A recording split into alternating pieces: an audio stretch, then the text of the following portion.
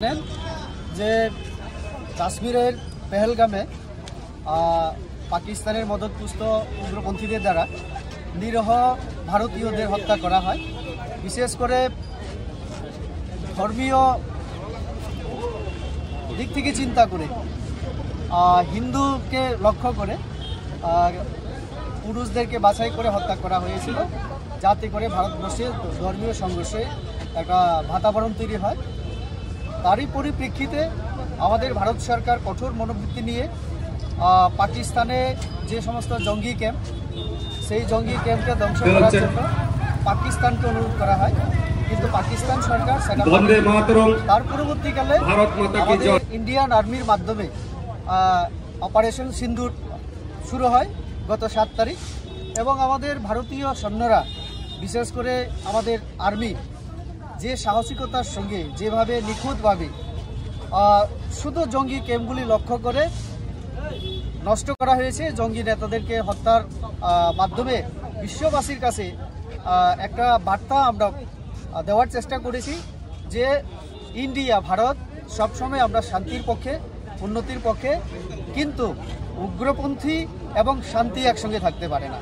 তার জন্যই আমাদের ভারত সরকার সিদ্ধান্ত গ্রহণ করে যে সিন্দুর যে অপারেশনটা, অর্থাৎ আমাদের মহিলাদের সিন্দুর মুছে দেওয়ার যে পরিকল্পনা উগ্রপন্থীদের, তারই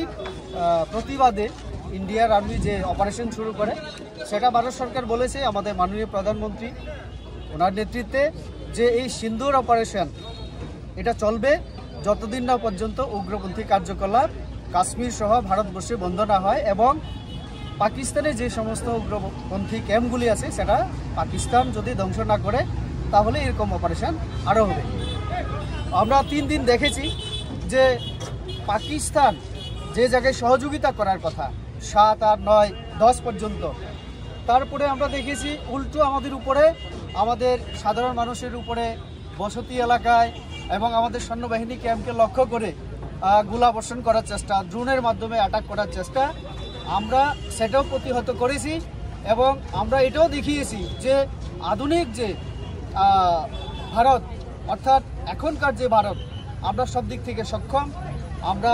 সামরিক বাহিনীর দিক থেকে হোক, কলা কৌশলের দিক থেকে হোক, যেভাবে আমরা বিশ্বের কাছে আমরা বার্তা দিয়েছি, তো সেই জায়গায় মুখ্য ভূমিকা নিয়েছে আমাদের ইন্ডিয়ান আর্মি, আমাদের 3টা বাহিনী। তো আমরা ভারতবাসী হয়ে গর্ববোধ করি, এবং যে সমস্ত ইন্ডিয়ান আর্মিরা